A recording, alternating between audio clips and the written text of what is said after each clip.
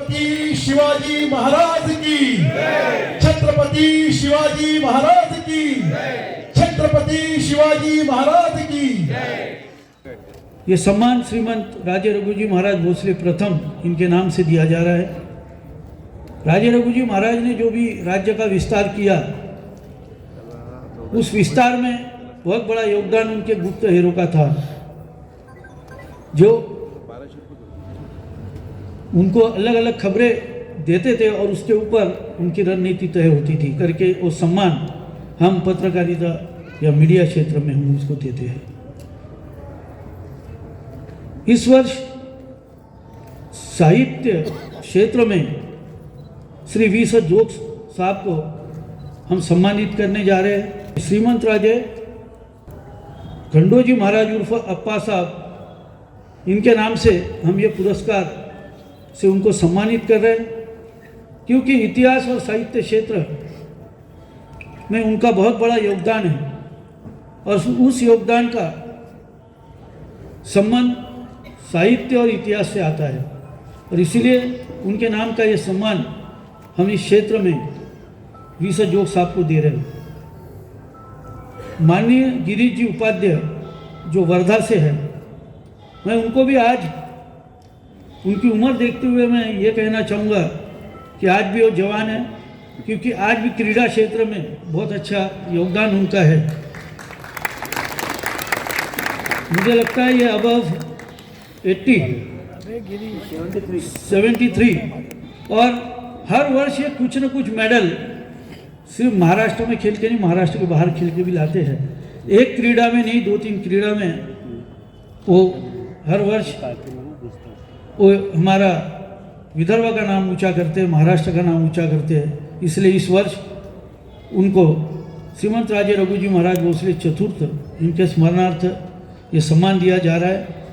चतुर्थ राजे रघुजी महाराज, मुझे लगता है बहुत जन उनके बारे में जानते हैं, बहुत ज़्यादा पुराना बात नहीं है।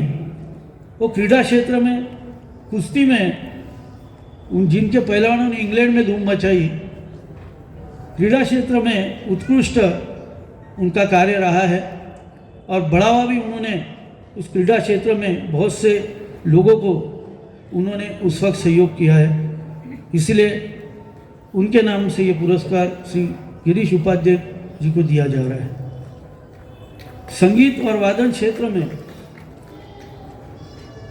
श्री नरेंद्र नाथ मेनन, जो कि मुंबई से है,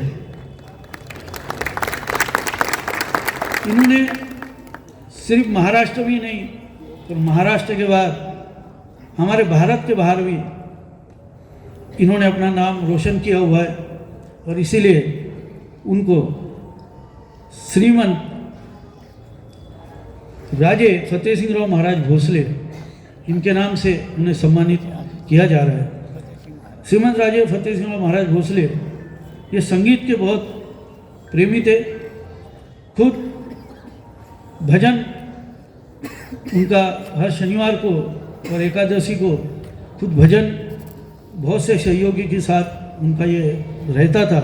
सुरों का बहुत बड़ा ज्ञान था, और इसलिए ऐसे क्षेत्र में श्री नरेंद्र नाथ मेनन जी को उनके नाम से सम्मानित किया जा रहा है। हमारे बीच श्री मुकेश कुकड़े जी, जो कि नागपुर से है, पत्रकार छाया चित्रकार के रूप में उन्हें आज हम यहाँ सम्मानित कर रहे हैं। या सुद्धा आपल्याच लिखाणातून महाराष्ट्रातल्या मराठी जनतेपर्यंत पोहोचल्या। इतकेच नव्हे तर आपल्या लिखाणाची तळमळ आपणास नाटकापर्यंत घेऊन गेली, आणि त्यातूनच जन्म झाला तो शह प्रतिश आणि तिघांच्या 3 तरा या नाटकांचा, ज्यांचं निर्देशन सुद्धा आपणच केलं। आपणास अनेक पुरस्कार वाद्यमयी सन्मानाने पुरस्कृत करण्यात आले। त्याचबरोबर आपण पुरोगामी साहित्य संमेलन 1989 चे अध्यक्ष तर राहिलाच, परंतु नुकतेच चंद्रपूरला झालेल्या विदर्भ साहित्य संमेलन 2022 चे आपण अध्यक्ष असून त्याचं सफल आयोजन सुद्धा आपण केलं, आणि ते उभ्या महाराष्ट्राने खुल्या डोळ्यांनी पाहिलं। अतिशय अभिमानाने आपणास राजरत्न पुरस्काराच्या शुभेच्छा। वहीं रशिया में इन्होंने स्विमिंग में कांस्य पदक प्राप्त किया। साथ ही श्रीलंका एवं विभिन्न देशों में आपने भारत का प्रतिनिधित्व कर कई मेडल प्राप्त किए। स्विमिंग, योगा, साइकिलिंग, एथलेटिक, इन सभी खेलों में आपने 200 से ज्यादा मेडल प्राप्त किए और आज भी किया है। राज रत्न पुरस्कार टीम की ओर से चित्रकार पुरस्कार हेतु मैं आमंत्रित करता हूं श्री मुकेश कुकड़े ने।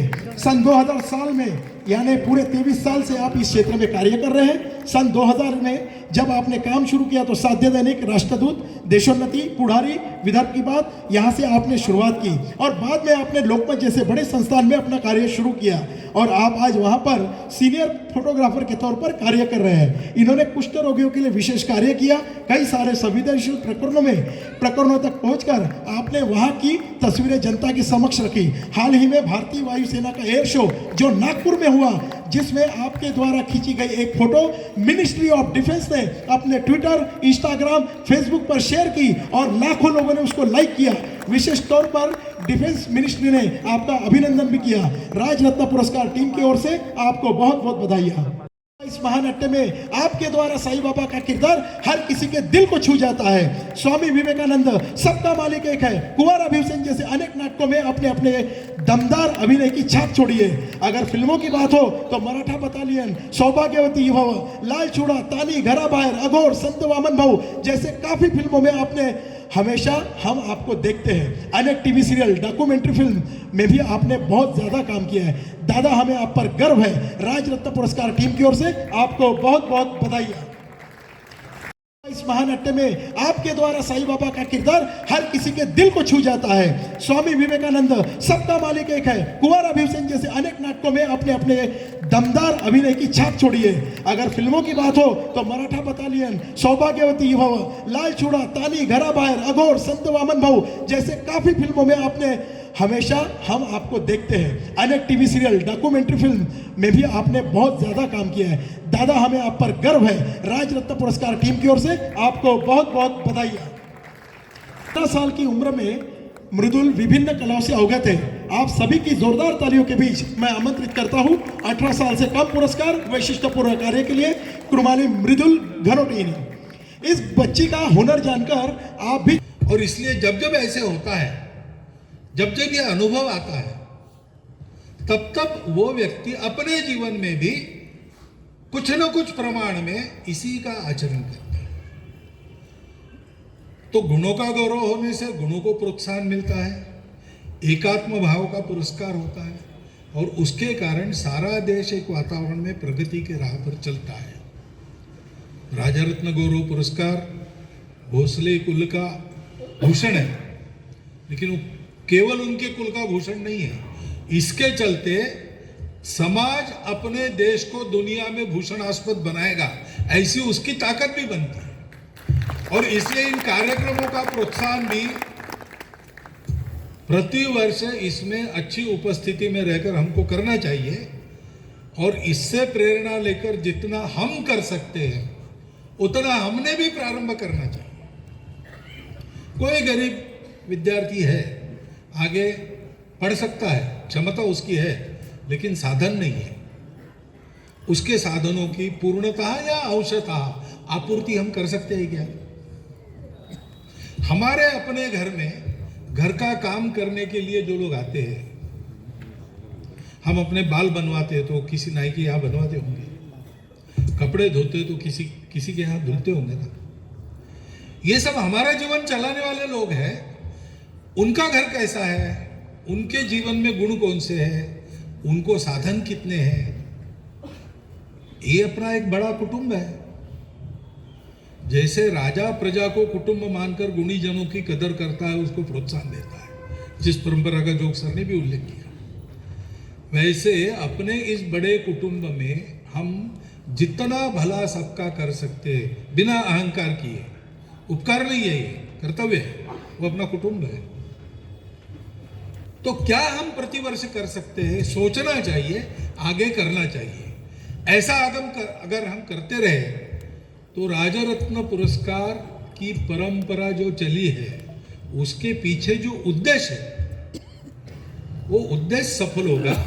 ये उद्देश्य उत्तरोत्तर अधिकाधिक सफल होता जाए, ऐसा हम सब करें और राजरत्न पुरस्कारों में इस बार 2 नई बातें जुड़ी है, 2 नए पुरस्कार जुड़े हैं। ऐसे इसमें और नए नए पुरस्कार आप हम सब लोगों के सहयोग से जुड़ते चले जाए, एक शुभकामना मैं ये देता हूँ और मेरे 4 शब्द समाप्त करता हूँ। बहुत बहुत